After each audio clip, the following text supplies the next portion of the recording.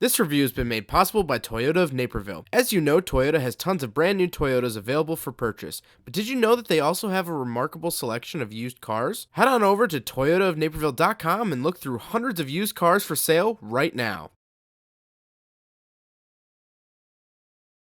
Alright, what's up guys? My name is Zach and today I am driving a 2012 Chevy Cruze.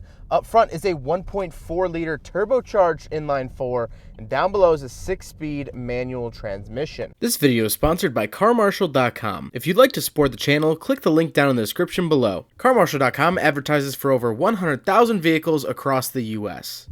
Let's get back to that 1.4 liter turbo. Well, this is starting to be the turning point for Chevy, for GM, to start switching over to smaller displacement turbo motors. In years past, their economy motors had still been Ecotechs, that's just an engine family, but they had always been 2 liters, 2.2 liters, 2.4 liters, naturally aspirated.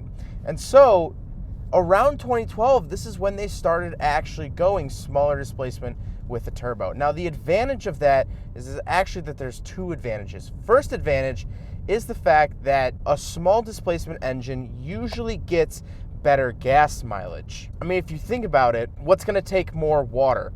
A kiddie pool or an Olympic swimming pool? And so when you're not using the turbo, when you're not in boost, it just acts and drives and moves like a 1.4 liter, because it is. But the second reason it is useful is because of that turbo. So up at the higher end, really high up in the RPM range, so like if you're flooring it or if you're gonna pass someone on the highway, that's when the turbo actually spools up and then you get that extra power. Now, of course, that is at the cost of fuel efficiency. If you're revving it out, if you're in boost all the time, you're not gonna get great gas mileage. But that's why it spools so high up, is that most people don't rev their car to redline. But that one time you do, those 2 times that you do to pass someone or use an on-ramp or something like that, you have that power. And so it's sort of the best of both worlds. And the whole reason I bring this up is that 2012 was really one of the first years that Chevy started doing that. Before that, you found turbo 4-cylinders in Chevys, sure,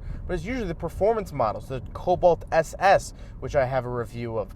That has a 2-liter turbo, but that's for sport purposes. This is for fuel efficiency. And so going off of that, it is an Ecotech motor. Like I mentioned, that is the family of motors. It's just a name that Chevy gives their smaller 4-cylinders. My old 2007 Pontiac G6 has a 2.4 liter Ecotech. I reviewed a Pontiac Sunfire with an Ecotech. The Cobalts have an Ecotech. The Buick Regals have Ecotechs. It's literally just a name by Chevy. But I can attest to the name a little bit. I do have an Ecotech in my Pontiac, and I just rolled over 186,000 miles on that car. So there's some sort of reliability there at least. And this car even has 99,000. And it's still plucking along great. So the other really cool thing about this car is the fact that it has a manual transmission. So it does have a 6-speed manual. I like it a lot, actually. The clutch is a little bit too light for my liking, but that being said, it's not a game changer. I'm just saying it is a really, really light clutch. That's a pretty numb clutch. I wish that they could stiffen it up just a little bit. The throw is actually really good for the shifter itself. It clicks into place. It's not Honda level great, but it is pretty dang good. The shift knob is a little bit too big, so if I were to own one of these, I'd probably do an aftermarket shift knob. Slightly smaller. It just feels like I'm holding a baseball, and I'm not a big fan of that. But if you like big shifters, this car definitely has that. And so this really makes me wonder why Chevy never really made a performance version of this. But we'll talk about that later on. So let's talk about the interior. Well, in front of me, I have 4 physical gauges. On the far left is my tachometer. In the middle is my coolant and fuel. And on the right is my speedometer. As well as I do get a little screen in the center showing me the miles per hour, miles till empty, my MPG, which right now, cruising 5th gear. Let's put it up into 6th, actually. 6th gear, cruising at 40. It says I'm getting 91 miles to the gallon. Okay, now it just dropped down to 78. But still, that's higher than 50. I mean, this is, if you want to push fuel economy, you really can in this car. But that's all displayed on that center screen. I like the center screen. The reason I have mixed feelings about the center screen, though, in other cars is because this is a base model Chevy Cruze. This is pretty base. I mean, once we talk about the rest of the interior, you'll really understand that. And so it's fine in here, but the same year Camaro ZL1, the top dog, the supercharged fire-breathing monster, has the exact same screen, and that's where it gets a little bit iffy for me. But here in the Cruze, it's perfectly fine.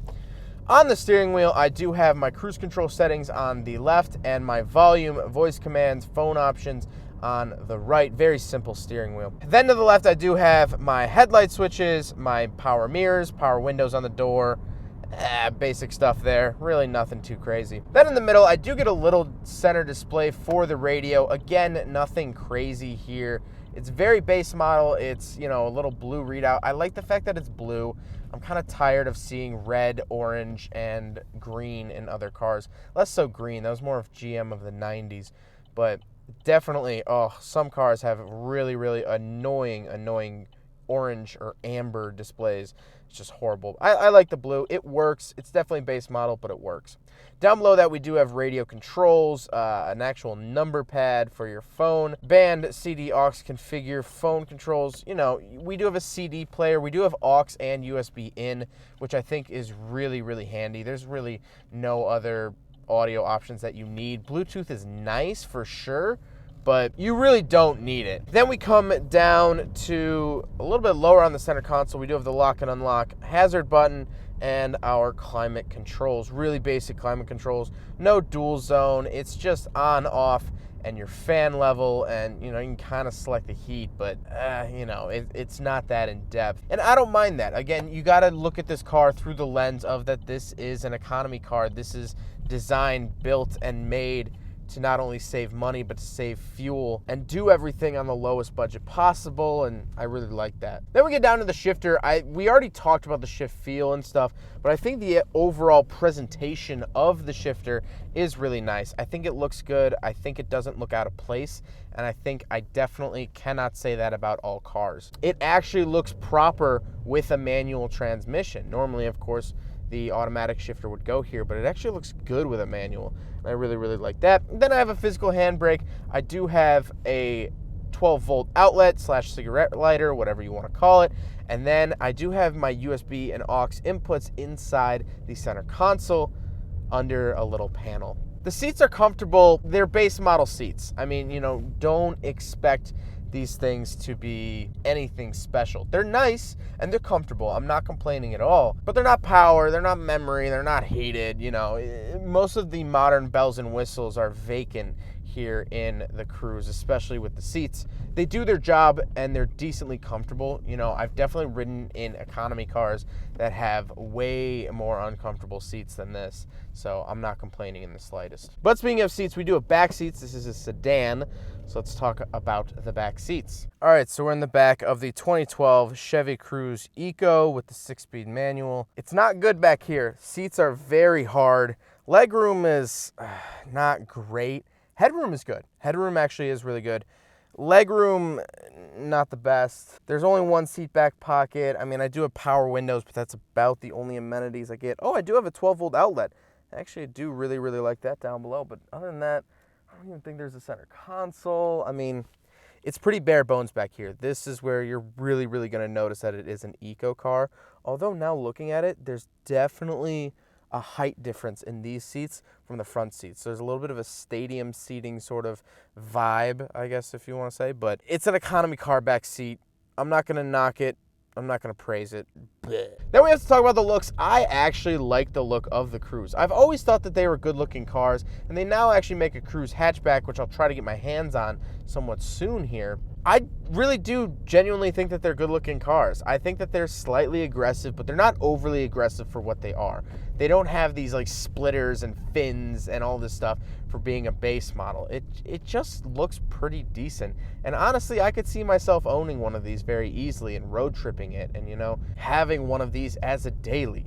I really do not have a single complaint about this car. I guess if we're stretching it, the clutch is a little light, but the more and more I drive it, I just have to get used to it. I'm used to driving cars with heavier clutches. And to be fair, I'm used to driving cars with more performance clutches, so that's why they're usually heavier, blah, blah, blah, you know, insert whatever excuse you want. But my last real thoughts on the Cruze is why didn't Chevy, or still why doesn't Chevy, make a performance Cruze, why don't they make like a hardcore SS Cruze? If they don't want to use SS, use RS or Cruze Sport or Cruze Turbo. I don't know.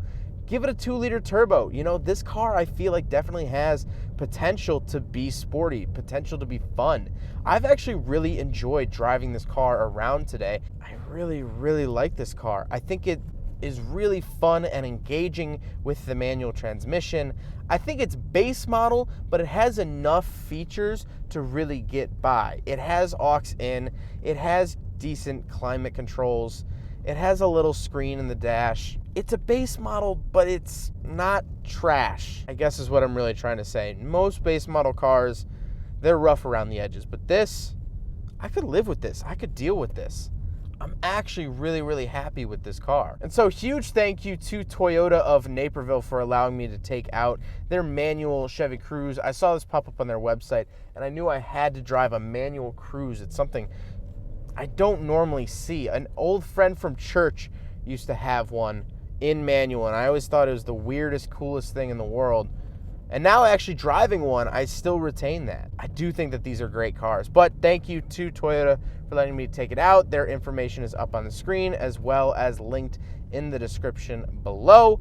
They are absolutely awesome. They've been helping me out with these reviews for almost a year now. We're almost going to celebrate our 1 year with Toyota, which is super exciting. But this is one of their used cars. Definitely go check them out.